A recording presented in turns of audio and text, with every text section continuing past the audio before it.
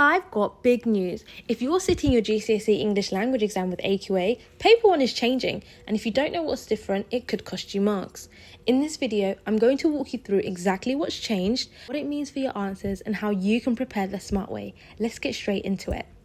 Let's start with question 1. This used to ask you to find 4 things from a section of the text, but now it's multiple choice. Yes, multiple choice. You'll be given options and you just have to choose the correct one. That's it.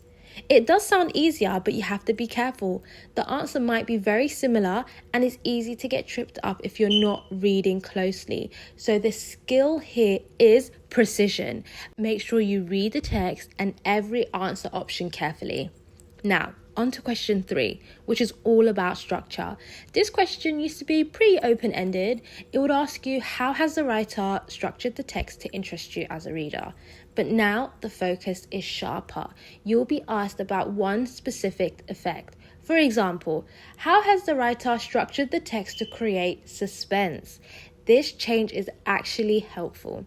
It gives you a clear goal and you're not just spotting the structure features, you're actually linking them to a purpose. So structural techniques like shift in focus, flashback, repetition, all of these become more meaningful when you're connecting them to a specific effect like tension, surprise, or emotion. Question 4 has also been tweaked. It's subtle but very useful. Before, the question used to start off with something like, a student said, this part of the text shows. Now that's gone. There's no more student. It's just a straight statement. This helps make the question very clear and I'd say more focused. There's also a small change to the second bullet point, the one that reminds you to comment on methods. It's clearer and now you should be talking about how the writer creates meaning. So things like language technique and structural features are very important.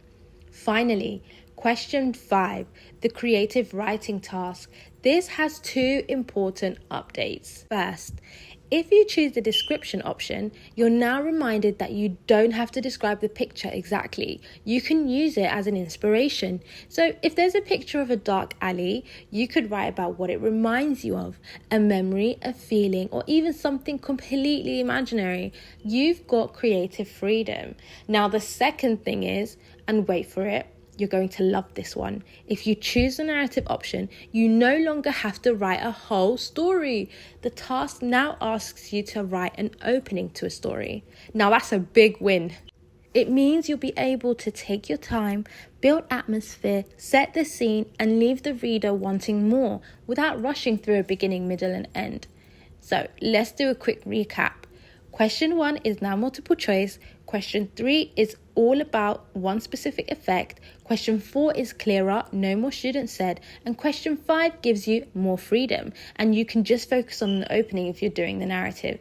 These changes are meant to make things more clear and focused. And if you understand how to approach each question, you're already ahead of the game.